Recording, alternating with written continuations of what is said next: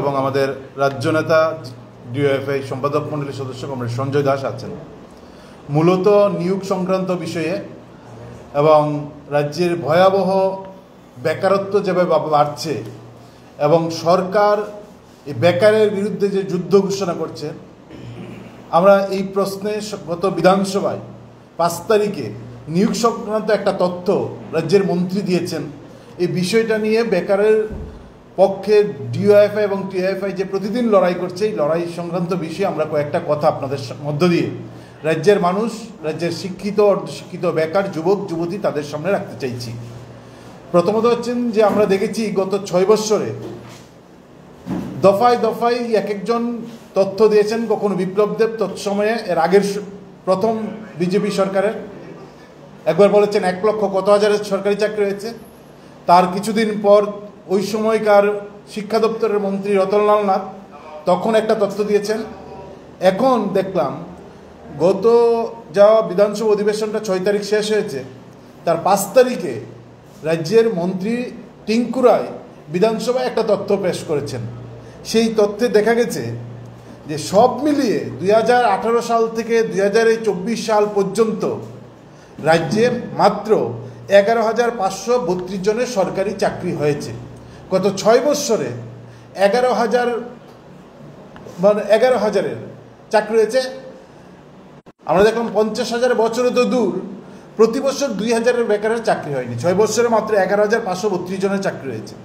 এবং তিনি যে তথ্য দিয়েছেন তাতে এটা স্পষ্ট হয়েছে যে টিআরবিটিতে 6,802 জন, স্পেশাল এডুকেটর 88 জন, টিএসআরে 413 জন, গ্রুপ সি গ্রুপ ডি 288 জন, তার সঙ্গে হচ্ছেন জেআরবিটির নিয়োগ হয়েছে 1980 জন। এই সব মিলিয়ে এসছেন 11,532 জন। কিন্তু আমরা দেখলাম খুব সুকৌশলে বিজেপি মন্ত্রী তার সঙ্গে এসপিইউ আউটসোর্সিং এই যে নিয়োগগুলো আছেন সেগুলোকে সরকারি চাকরির দল কোটার মধ্যে ঢুকিয়ে দিয়েছেন। সেখানে এসপিইউ 1262 জন এবং আউটসোর্সিংয়ে নিয়োগ হয়েছেন চুক্তিবদ্ধ কর্মচারী, 1 বছর থেকে 1 দিন কম কন্ট্রাক্ট, এই কন্ট্রাকচুয়াল চাকরি সেই এটার মধ্যে ঢুকিয়ে দিয়েছেন 8,042 জন। এবং এই করে একটা বড় তথ্য, প্রায় 30-32 হাজার একটা তথ্য মানুষের সামনে তৈরি করেছেন। আমরা বলবো এই যে ভুয়া, এটা হচ্ছেন সরকারের একটা সুকৌশলের প্রতারণা, যে সংখ্যাটা কিভাবে বড় করে দেখানো হয়। সরকারি চাকরির যে এই চাকরির কোটার ভিতর, সংখ্যার ভিতর আউটসোর্সিং এসপিইউ কী করে ঢুকে, একটা চুক্তিবদ্ধ আউটসোর্সিংয়ের মাধ্যমে নিয়োগ, এই সংখ্যা ঢুকিয়ে দিয়ে রাজ্যের মানুষকে বোকা বানানোর চেষ্টা হচ্ছেন। দেখুন আমরা কত হাজার সরকারি চাকরি দিয়েছি, 30-32 হাজার একটা সংখ্যা বিধানসভায় দিয়েছেন, যার মূল সংখ্যাটা হচ্ছেন 11,532 জন। আমরা নিন্দা জানাচ্ছি যে সরকার মন্ত্রী পরিকল্পিতভাবে এরকম একটা মিথ্যাচার প্রতারণা বিধানসভায় উত্থাপন করেছেন সংখ্যাটাকে বড় করে দেখানোর জন্য। আমরা এই বিষয়টা এখানে রাখছি এই কারণেতে যে গত 11,500 যে চাকরি হয়েছে, বামফ্রন্ট সরকার আসার 2018 সালে যখন সরকার আসতে পারলো না, বিজেপি আসলো, তার আগ মুহূর্তে বামফ্রন্ট সরকার 16,000 পোস্ট ক্রিয়েট করেছেন। ইন্টারভিউ নেওয়ার কাজ শেষ হয়েছে, জাস্ট হাতে অফার দেবেন, এই সংখ্যাটা হচ্ছে 16,000-এর উপর 2018 সালে বামফ্রন্ট সরকারের সময় এখানে স্কুল এডুকেশনে ছিল 12,000, সোশ্যাল এডুকেশনে 1,000, টিপিএসসি 200, স্বাস্থ্য দপ্তরে 73, পুলিশে 837, টিএসআরে 300, আরও কৃষি শিল্প রাজস্ব সহ এই সংখ্যাটা 16,000 ছিল। এই 16,000 প্রায় নিয়োগ প্রক্রিয়া সম্পন্ন হওয়ার যখন প্রক্রিয়া, এই 16,000 গোটা প্রক্রিয়াটা বিজেপি 2018 সালে বাতিল করে দিয়েছেন। 16,000 প্রক্রিয়া 1 বছরে সম্পন্ন করতে পারত এই সময় বামফ্রন্ট সরকার। বা এই প্রক্রিয়াকে যদি ইতিবাচক দিকে দেখে বিজেপি সরকার 2018 সালে 16,000 বেকারকে বামফ্রন্টের নিয়োগ প্রক্রিয়ায় তারা চাকরি দিতে পারতেন, এটা বাতিল করে দিয়েছেন। দেখা গেল 1 বছরে যে 16,000 চাকরি হওয়ার সম্ভাবনা বামফ্রন্ট সরকার তৈরি করে দিয়ে গেছেন, এটাকে বাতিল করে 6 বছরে 11,500 জনের চাকরি দিয়েছেন। আমরা এর মধ্যে দিয়েই স্পষ্ট হচ্ছেন বেকারের সামনে যে এই সরকারটা একটা বেকার বিরোধী সরকার হিসেবে আমাদের রাজ্যে তারা শাসন ক্ষমতায় আছেন। এই সরকার আসার পর প্রায় 30,000-এর উপর সরকারি কর্মচারী রিটায়ারমেন্টে গেছেন। বামফ্রন্ট সরকার একটা ইতিবাচক গুরুত্বপূর্ণ সিদ্ধান্ত নিয়েছিলেন যে শূন্য পদ তৈরি হওয়ার সঙ্গে সঙ্গে যিনি রিটায়ারমেন্টে যাচ্ছেন ওই রিটায়ারমেন্টে যাওয়ার শূন্য পদে 5 মাসের মধ্যে নিয়োগ করবেন এবং সময় ঠিক করে দিয়েছিলেন মানিক সরকারের নেতৃত্বে তৎসময় বামফ্রন্ট সরকার, যে 5 মাসের মধ্যে শূন্য পদ তৈরি হওয়ার এই সময়ের মধ্যে সেই শূন্য পদ পূরণ করবেন। আমরা দেখলাম এটা এসে ঘটা করে তারা বললেন না 1 বছরের মধ্যে পূরণ করব, কিন্তু আমরা দেখলাম গত 6 বছরে 30,000-এর উপর শূন্য পদ তৈরি হয়েছে, রিটায়ারমেন্টে গেছেন। এটার মধ্যে নতুন কিছু না, নতুন তৈরি করা না, যাহা তৈরি আছে সেই শূন্য পদে নিয়োগ করতে গিয়ে সেখানে 30,000 যেখানে শূন্য পদ তৈরি হয়েছে সেখানে মাত্র 11,000 মতন কিছু নিয়োগ হলেন। এই যে বাকি শূন্য পদ 1 বছর পর তা এবলিস্ট হয়ে যাচ্ছে। রাজ্যের বেকারদের কাছে বলবো, এই যে যেখানে শূন্য পদগুলা এবলিস্ট হয়ে যাচ্ছে 1 বছর পর, সেখানে কিন্তু আগামী কোনো দিন এই শূন্যপদ আর থাকছে না, মানে সেখানে নিয়োগের সমস্ত দরজা বন্ধ করে দেওয়া হচ্ছে। এই হচ্ছে বিজেপি সরকারের কৌশল। বলে যেখানে শূন্যপদ তৈরি হচ্ছে, আমাদের রাজ্যের অনেক বেকার যুবক যুবতী তারা আন্দোলন করছেন, আমরা তাদের আন্দোলনকে সমর্থন করছি, এই আন্দোলন জারি রাখতে হবে। কিন্তু এই আন্দোলনে মুখ্যমন্ত্রীর হাতে ওই বন্যাত্রাণের মানে সাহায্য করছেন, এটাকে আমরাও সমর্থন করছি, ভালো দিক। কিন্তু এই আন্দোলন যারা করছেন, এই আন্দোলনটাকে যদি তীব্র করতে না পারেন, মনে করছেন যে আমরা একটু ঘুমিয়ে ঘুমিয়ে আন্দোলন করলে চাকরি হবো, ফলে চাকরির দরজা 4 দিক থেকে বন্ধ করে দেওয়া হচ্ছে। একদিকে হচ্ছে আউটসোর্সিং, দ্বিতীয় হচ্ছে নিয়োগ প্রক্রিয়া সম্পূর্ণ মানে এই যে শূন্যপদ অ্যাবলিস্ট করে দেওয়া, হাজার হাজার শূন্যপদ অ্যাবলিস্ট হচ্ছে, সেখানে আর নিয়োগ হবে না। এইরকম একটা জায়গায় এসে আমাদের রাজ্যের সরকার বেকারদের বিরুদ্ধে যুদ্ধ ঘোষণা করছেন। আমরা বলবো অসংখ্য 2019 সালে জিআরএসের ইন্টারভিউ নিয়েছেন, লক্ষাধিক ছেলে মেয়ে ইন্টারভিউ দিয়েছেন, প্রত্যেকে 300 থেকে 400 টাকা দিয়ে ফর্ম ফিল আপ করেছেন, তারপরে ইন্টারভিউ দিয়েছেন, কোটি কোটি টাকা সেখান থেকে সরকারের কোষাগারে জমা পড়েছেন, বেকারের পকেটের টাকা। জিআরএসের ইন্টারভিউ দিয়ে যখন পরীক্ষা দিয়ে যখন বেরিয়ে আসছেন, জোর করে তাদের হাত থেকে এডমিট কার্ড রেখে দিয়েছেন সরকারি আধিকারিকরা সরকারের নির্দেশে। জিআরএসের আর কোনো খবর নেই। ইঞ্জিনিয়ার নিয়োগ 2018 সালের পর থেকে বন্ধ, ফলে প্রতিটা দপ্তরে স্কুলগুলোর মধ্যে শিক্ষক নেই। এবং আমরা দেখছি সরকার এই যে নিয়োগ যত কমাচ্ছেন আমাদের রাজ্যে, তার উল্টো দিকে নেশার বিস্তার কিভাবে করা যায়, সরকার শাসকের প্রত্যক্ষ পরোক্ষ মদতে গোটা রাজ্যটা নেশায় ডুবছে। তার পেছনে সরকার, তার পেছনে শাসক দল একটা গুরুত্বপূর্ণ ভূমিকা প্রতিদিন পালন করছেন। সরকারি মদতে লাইসেন্স, বেসরকারির মদতে বিনা লাইসেন্সে শাসকের মাতব্বররা গলি গলি নেশা কারবারি করা, গোটা রাজ্যটাকে দাবিয়ে দিচ্ছেন। এই একটা পরিস্থিতির মধ্যে আমরা যখন দেখছি রাজ্যের বেকারের সংখ্যা প্রতিদিন বাড়ছে, নিয়োগ প্রক্রিয়া প্রতিদিন কমছে, ঘোষণা দিচ্ছেন, বিজ্ঞপ্তি জারি করছে, কিছুদিন পর বিজ্ঞপ্তি বাতিল। এই যে ছেলে খেলা শুরু করেছেন রাজ্যের শিক্ষিত বেকারদের সঙ্গে, আমরা তার নিন্দা জানাচ্ছি। কিছু নিয়োগ প্রক্রিয়া জারি আছেন, পরীক্ষা নিচ্ছেন, ফলাফল দিচ্ছেন না, ফলাফল দিলে নিয়োগ করছেন না। সব দিক মিলিয়ে একটা গোলক দাদার মধ্যে যুবকদের ফেলে প্রতিদিন বিভ্রান্ত করার চেষ্টা করছেন। এই বিভ্রান্তের মধ্যেও যখন রাজ্যের একাংশ যুবক যুবতী নানা ফর্মে নানাভাবে তারা আন্দোলন করছেন, তখন সরকার পরিকল্পিতভাবে রাজ্যের একটা সাম্প্রদায়িক উস্কানি দেওয়ার, সুশ্রুরি দেওয়ার জায়গায় এসে শাসক দল, মন্ত্রীরা, বিধায়করা তারা ভূমিকা গ্রহণ করছেন। আমরা দেখছি রাজ্যের বেকারত্বের যে একদিকে বন্যা, মানুষ হাহাকার, সেখানে সরকারি সাহায্য পৌঁছছেন না, মানুষের ঘরে খাবার নেই, মানুষ ঘরে ঢুকতে পারছেন না, দরিদ্রতা চরম সীমায় গিয়ে দাঁড়িয়েছেন তাদের। মানে একটা ব্যাপক অংশের মানুষ, তাদের খাবার নেই, শিশুদের খাবার নেই, পড়াশোনার বই নেই, ঘরে ঢুকতে পারছেন না। এই হাহাকারের মধ্যে যখন সরকার তার পাশে যেভাবে দাঁড়ানোর কথা সেই দায়িত্ব পালন করছেন না, মানুষের মধ্যে যখন এই প্রশ্ন তৈরি হয়েছে, তখন আমরা দেখলাম বেকারত্বের যন্ত্রণা আর এদিকে বন্যা কবলিত মানুষের হাহাকার, এই দুইটাকে অন্ধকারে চাপা দেওয়ার জন্য সাম্প্রদায়িক খেলায় তারা মেতেছেন। রানীর বাজারের একটা ঘটনায় আমরা দেখেছি, সেখানে মন্ত্রী স্বয়ং দাঁড়িয়ে আছেন, সেখানে একদিকে একটা মুখে মন্ত্রী দাঁড়িয়ে আছেন, আরেকদিকে একটা উচ্ছৃঙ্খল বাহিনী সেখানে বাড়িঘর পুরাচ্ছেন, লুট করছেন, দোকান লুট করছেন, শিশুদের মারছেন, গরু ছাগল মারছেন, গাড়ি পুড়িয়ে দিচ্ছেন, এগুলা সংগঠিত করছেন। রাজ্যের মুখ্যমন্ত্রী হচ্ছেন তখন মানিক শাহ, বিজেপি যখন সরকারে, তখন মন্ত্রীর উপস্থিতিতে, পুলিশ অফিসারের উপস্থিতিতে একটার পর একটা করতে করতে 17টা বাড়ি পুড়িয়ে দিল, 8টা গাড়ি পুড়িয়ে দিল, গরু ছাগল পুড়ল, শিশুর বৃদ্ধের মাথা ফাটলো আমাদের। তারপরে যখন কয়েকজন গ্রেপ্তার হলো, রাস্তা অবরোধ হলো, মন্ত্রী সেখানে দাঁড়িয়ে গিয়ে বলছেন তাদেরকে আমি ছাড়িয়ে দেবো, থানা থেকে আমি ছাড়িয়ে দেবো। আমরা দেখলাম মন্ত্রীর এই কথার পর কি ফরওয়ার্ডিং হলো, তারা সবাই জামিন পেয়ে গেল, সবাই জামিন পেয়ে গেল। স্বরাষ্ট্রমন্ত্রী আমাদের রাজ্যে আছেন, তার কয়েকদিনের মধ্যেই আরেক মন্ত্রী সরাসরি সাম্প্রদায়িক উস্কানি দিয়ে ফেসবুকে পোস্ট করলেন, সরাসরি সাম্প্রদায়িক উস্কানি দিলেন। আমরা জানি না রাজ্যের স্বরাষ্ট্র দপ্তর ভবিষ্যতে সাম্প্রদায়িকতার এই যে উস্কানি, এই উস্কানি থামানোর জন্য কীভাবে তারা ভূমিকা নেবেন। মন্ত্রীর বিরুদ্ধে একটা মামলা হলো না, বিধানসভায় সরকার তার নিন্দা করলো না। আমরা মনে করি এই যে সাম্প্রদায়িক উস্কানি, এর বিরুদ্ধে স্বরাষ্ট্র দপ্তর যদি এখন থেকে কঠোর ভূমিকা গ্রহণ না করে, তাহলে কিন্তু আমাদের যে ঐতিহ্য, রাজ্যের সম্প্রীতির এই মেলবন্ধন, ভ্রাতৃত্ববোধ, এটা শাসকের নেতৃত্বে, সরকারের নেতৃত্বে বিনষ্ট হতে পারে। আমরা দেখলাম একদল উচ্ছৃঙ্খল গুন্ডা বাহিনীকে অধিবেশন শেষের দিন শাসক দল বিধানসভার বিরোধী দল নেতার বাড়ির সামনে উচ্ছৃঙ্খলতা করার জন্য নামিয়ে দিয়েছেন। যিনি সাম্প্রতিক উস্কানি দিলেন মন্ত্রী, তার বিরুদ্ধে সরকার, শাসক দল, পুলিশ, স্বরাষ্ট্র দপ্তর কোনো ভূমিকা নিলেন না। এই সাম্প্রদায়িকতার যিনি উস্কানি দিলেন তার বিরুদ্ধে নিলেন না, যিনি সাম্প্রদায়িকতার নিন্দা করলেন তার বাড়ির সামনে দাঁড়িয়ে তাকে আক্রমণ করার জন্য, তার বাড়ির সামনে দাঁড়িয়ে উচ্ছৃঙ্খলতা করার জন্য ভূমিকা গ্রহণ করলেন।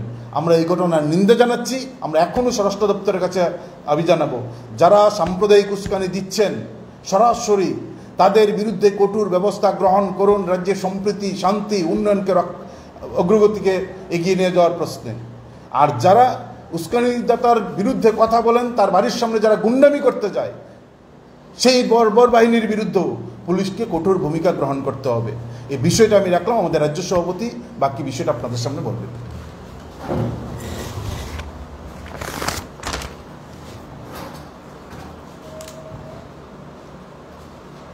মিডিয়ার বন্ধুদের এবং রাজ্যের সমস্ত মানুষকে আমরা ডিওয়াইএফআই এবং টিওয়াইএফআইয়ের পক্ষ থেকে অভিনন্দন এবং শুভেচ্ছা জানাচ্ছি। এই সংবাদ সম্মেলনের অন্যতম গুরুত্বপূর্ণ বিষয়গুলো ডিওয়াইএফআইয়ের রাজ্য সম্পাদক আপনাদের সামনে তথ্যসহ উপস্থিত করেছেন। আমি তার বাইরে এই বেকারত্বের ইস্যুতে রাজ্য সরকারের যে কয়েকটি প্রবণতা, এই প্রবণতার কয়েকটি দিক আপনাদের সামনে তুলে ধরতে চাই। প্রথমত যে বিষয়টা আমরা উল্লেখ করব, যে ভয়াবহ বন্যার রেশ কাটিয়ে আমাদের রাজ্যের জনজীবন কিছুটা হলেও স্বাভাবিক হচ্ছে। আমরা দায়িত্বশীল যুব সংগঠন হিসাবে ডিওয়াইএফআই এবং টিওয়াইএফ এই সময়টাতে রাজনীতির রুটি আমরা শিখতে চাইনি। কারণ আপনারা জানেন যে এই দুর্যোগপূর্ণ সময়ে ছাত্র যুব সংগঠন সহ বামপন্থী বিভিন্ন গণসংগঠনগুলো আমরা নানানভাবে মানুষের পাশে দাঁড়িয়েছি। আমাদের যে দায়িত্ব এবং কর্তব্য, এই দায়িত্ব এবং কর্তব্য রাজনীতি ভুলে গিয়ে আমরা এই দায়িত্ব কর্তব্য পালন করবার জন্য উদ্যোগ গ্রহণ করেছিলাম। কিন্তু এই সময় আমাদের মনে হয়েছে আমাদের রাজ্যে যে বেকারত্বের ভয়াবহ সংকট, এই সম্পর্কে রাজ্যবাসীকে সচেতন করে খুব দ্রুত আমাদের রাস্তায় নামা প্রয়োজন। তার জন্যেই আমরা এই সংবাদ সম্মেলনের আহ্বান আমরা করেছি। আমাদের রাজ্যে কর্মসংস্থান নিয়ে নতুন ধরনের একটা সংকট তৈরি হয়েছে। এই সংকটের গভীরতা আমাদের রাজ্যের বেকার ছেলেমেয়ে সহ এবং তাদের অভিভাবকদেরও এই গভীরতা অনুভব করতে হবে। সরকারি চাকরি নিয়ে নজিরবিহীন কৃত্তি চলছে আমাদের রাজ্যে, এবং রাজ্য সরকারের কাজ হচ্ছে বাক চাতুর্যে রাজ্যের যুব সমাজকে বিভ্রান্ত করে রাখা। আমরা জানি যে এই মুহূর্তে আমাদের রাজ্যে প্রায় 2.5 লক্ষ শূন্যপদ আছে। সরকার ইচ্ছা করলে এই শূন্যপদগুলো তো লোক নিয়োগ করতে পারেন, কিন্তু আমরা যেটা লক্ষ্য করছি যে রাজ্য সরকার এই শূন্যপদে লোক নিয়োগ করবার জন্যে কোনো ধরনের ভূমিকা তারা গ্রহণ করছেন না। একটা উদাসীন মনোভাব নিয়ে রাজ্য সরকার আমাদের রাজ্যের বেকার ছেলে মেয়েদের সাথে প্রতারণা করছেন। 2018 সালের বিধানসভা নির্বাচনের আগে আমরা বিজেপি দলের নেতাদের মুখ থেকে শুনেছিলাম ঘরে ঘরে রোজগার, মিস কলে চাকরি, প্রথম বছরেই 50,000 শূন্যপদ পূরণ করা ইত্যাদি ইত্যাদি নানান গালভরা প্রতিশ্রুতি আমরা শুনেছি। কিন্তু আজকে দাঁড়িয়ে নিয়োগ প্রক্রিয়া কী অবস্থায় আছে? রাজ্য সরকারের মন্ত্রীরা ক্যাবিনেট মিটিংয়ের পর বিভিন্ন দপ্তরে লোক নিয়োগ করবার সিদ্ধান্ত ঘোষণা করছেন। সেই সিদ্ধান্ত অনুযায়ী বিজ্ঞপ্তি জারি করা হচ্ছে, বছরের পর বছর কিন্তু নিয়োগ প্রক্রিয়া হচ্ছে না। নিয়োগ প্রক্রিয়ার জন্য পরীক্ষা নেওয়া হচ্ছে, পরীক্ষার ফলাফল প্রকাশ করা হচ্ছে না। এবং এই সময়ের মধ্যে অনেক বেকার ছেলে মেয়ে তারা বয়স উত্তীর্ণ হয়ে পড়ছেন, কিংবা তাদের চাকরি করার যে বয়স, এই বয়স স্বাভাবিকভাবেই কমে যাচ্ছে। ফলে একটা নজিরবিহীন কেলেঙ্কারির মধ্য দিয়ে আমাদের রাজ্য সরকার বেকার ছেলে মেয়েদের বিভ্রান্ত করবার চেষ্টা করছে। সরকার স্বচ্ছ নিয়োগ নীতির নাম করে, স্বচ্ছ প্রশাসনের নাম করে বছরের পর বছর এই নিয়োগ প্রক্রিয়াগুলিকে ঝুলিয়ে রাখছেন। ফলে আমরা ডিওয়াইএফআই এবং টিওয়াইএফ মনে করি যে এই সংকট থেকে বেরিয়ে আসবার জন্যে রাজ্যের সমস্ত অংশের যুব সমাজকে ঐক্যবদ্ধভাবে রাস্তায় নামতে হবে। এই সময়ের মধ্যে এই জেআরবিটির গ্রুপ ডির পরীক্ষা হয়েছিল 2021 সালে। খুব সম্ভবত গতকালকে গ্রুপ ডি পরীক্ষার ফলাফল প্রকাশিত হয়েছে। ফায়ার সার্ভিস, পুলিশ কনস্টেবল, নানান পদে বছরের পর বছর ধরে নিয়োগ প্রক্রিয়া ঝুলিয়ে রাখা হয়েছে। 2023 সালে কোনো টেট পরীক্ষা হয়নি। আজকে 2024-এর সেপ্টেম্বর মাস, এখনও পর্যন্ত টেট পরীক্ষা নেওয়ার কোনো খবর নেই।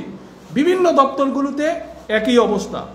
ফলে আমরা ডিওয়াইএফআই এবং টিওয়াইএফ মনে করেছি এই সময়ে রাস্তায় নেমে রাজ্য সরকারের যে বেকার বিরোধী মুখোশ, এই মুখোশ আমরা তুলে ধরতে চাই। তার জন্যে আমরা ডিওয়াইএফআই এবং টিওয়াইএফ কতগুলো আন্দোলনের কর্মসূচি আমরা গ্রহণ করেছি। 15ই সেপ্টেম্বর থেকে 30শে সেপ্টেম্বর পর্যন্ত একটা পর্যায়ে ডিওয়াইএফআই এবং টিওয়াইএফ, এসএফআই, টিএসইউ আমরা এই আন্দোলনের কর্মসূচি গ্রহণ করব। 15ই সেপ্টেম্বর, এটা অনেকেই জানেন, 4 সংগঠনের দাবি দিবস। আমরা ধারাবাহিকভাবে এই কর্মসূচিটা সারা রাজ্যে পালন করছি। আগামী 15ই সেপ্টেম্বর সবার জন্য কাজ, সবার জন্য শিক্ষার দাবিতে আগরতলা শহরে আমরা বিকাল 3টায় মিছিল এবং সভা সংগঠিত করব 4টি বামপন্থী ছাত্র যুব সংগঠনের আহ্বানে। অনুরূপভাবে আমাদের প্রতিটা বিভাগে এই ধরনের কর্মসূচি হবে। যেখানে যেরকম পরিস্থিতি, এই পরিস্থিতির মধ্যে দাঁড়িয়েই আমরা রাস্তায় নেমে আমাদের যে দাবি দিবসের কর্মসূচি, এই কর্মসূচি আমরা পালন করব। 20 এবং 21শে সেপ্টেম্বর এই 2 দিন ব্যাপী আমাদের রাজ্যের 8টি জেলার 8 জন যে ডিএম, এই ডিএমের নিকট ডিওয়াইএফআই এবং টিওয়াইএফ আমরা ডেপুটেশন প্রদান করব রাজ্য সরকারের উদ্দেশ্যে। মূলত 3টা দাবি: সমস্ত শূন্যপদ অবিলম্বে পূরণ করা, আউটসোর্সিং প্রথা বাতিল করা, এবং এই যে বছরের পর বছর নিয়োগ প্রক্রিয়াকে ঝুলিয়ে রাখা হচ্ছে, অবিলম্বে এই তালবাহানা বন্ধ করে দ্রুত নিয়োগের ব্যবস্থা করা। এই 3টি দাবি নিয়ে আমরা 20 এবং 21শে সেপ্টেম্বর 8 জন জেলা শাসকের নিকট আমরা গণডেপুটেশন প্রদান করব রাজ্য সরকারের উদ্দেশ্যে। 26 এবং 27শে সেপ্টেম্বর এই 2 দিন ব্যাপী আমাদের ডিওয়াইএফআই এবং টিওয়াইএফের প্রতিটা ইউনিট এলাকায় আমরা কর্মসংস্থানের যে জ্বলন্ত ইস্যু, এই জ্বলন্ত ইস্যু নিয়ে আমরা পোস্টারিং কর্মসূচি গ্রহণ করব। 30শে সেপ্টেম্বর রাজ্যের মুখ্যমন্ত্রীর উদ্দেশ্যে এই কর্মসংস্থানের ইস্যু নিয়ে 3 দফা দাবি নিয়ে আমরা গণচিঠি প্রেরণ কর্মসূচি আমরা হাতে নিয়েছি। এই 30শে সেপ্টেম্বর পর্যন্ত আন্দোলনের প্রথম পর্যায় আমরা এইভাবে সাজিয়েছি।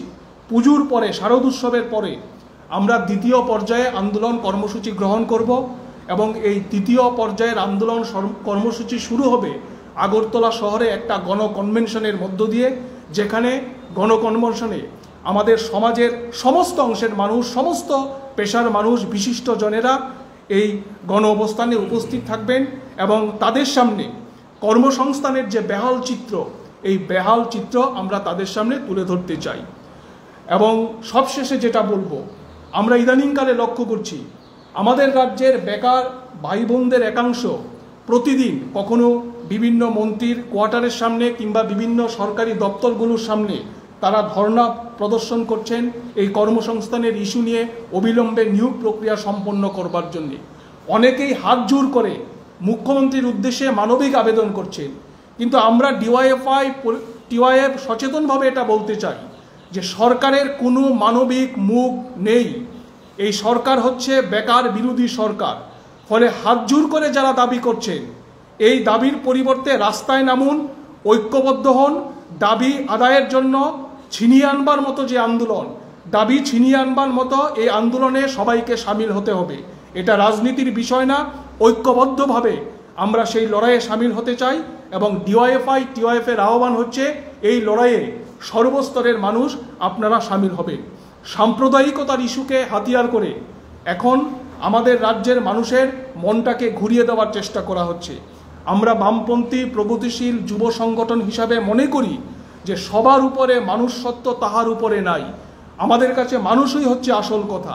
যারা হিন্দু মুসলমানের নাম করে বিভাজনের রাজনীতি করতে চায়, বিভাজন তৈরি করে মূল সমস্যা থেকে নজর ঘুরিয়ে দিতে চায়, এই জায়গায় সচেতন নাগরিকদের ঐক্যবদ্ধভাবে তাদের যে মুখোশ, ধর্ম নিয়ে রাজনীতি করার তাদের যে দুরভিসন্ধি, এই মুখোশ তাদের সামনে তুলে ধরতে হবে।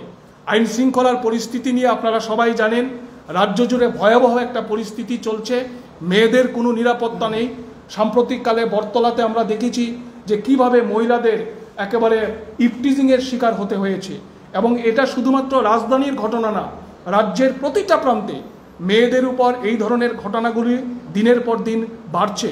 এবং সর্বশেষ নিদর্শন হচ্ছে, আপনারা জানেন যে আমাদের রাজ্যের কালার্স প্রদানপ্রাপ্ত পুলিশ, এই পুলিশের কি ভূমিকা। খোয়াইতে আমরা দেখলাম এডিশনাল এসপি আক্রান্ত হলেন এসডিপিউর দ্বারা। ফলে এই হচ্ছে আমাদের রাজ্যের পুলিশের অবস্থা। ফলে তারা স্বাভাবিকভাবেই কতটুকু সাধারণ মানুষের নিরাপত্তা দিতে পারবেন, এটা নিয়ে আমরা টিওয়াইএফ শঙ্কিত। আমাদের এই রাজ্যটাকে বাঁচানোর জন্য সর্বস্তরের মানুষের কাছে আমাদের আবেদন হচ্ছে, এই বেকারত্বের যন্ত্রণা থেকে বেকার ছেলে মেয়েদের মুক্তি দেওয়ার জন্যে রাজ্য সরকারকে একদিকে যেমন ইতিবাচক ভূমিকা গ্রহণ করতে হবে, অন্যদিকে রাজ্যের আইন শৃঙ্খলার উন্নতি করা এবং সাম্প্রদায়িকতার বিষ বাষ্পের হাত থেকে মানুষকে রক্ষা করার জন্য রাজ্য সরকারকে আরও কার্যকরী কঠোর পদক্ষেপ গ্রহণ করতে হবে। এই রাজ্যটাকে সবার বসবাসের যোগ্য করে রাখতে হবে। এটাই হচ্ছে আমাদের আবেদন।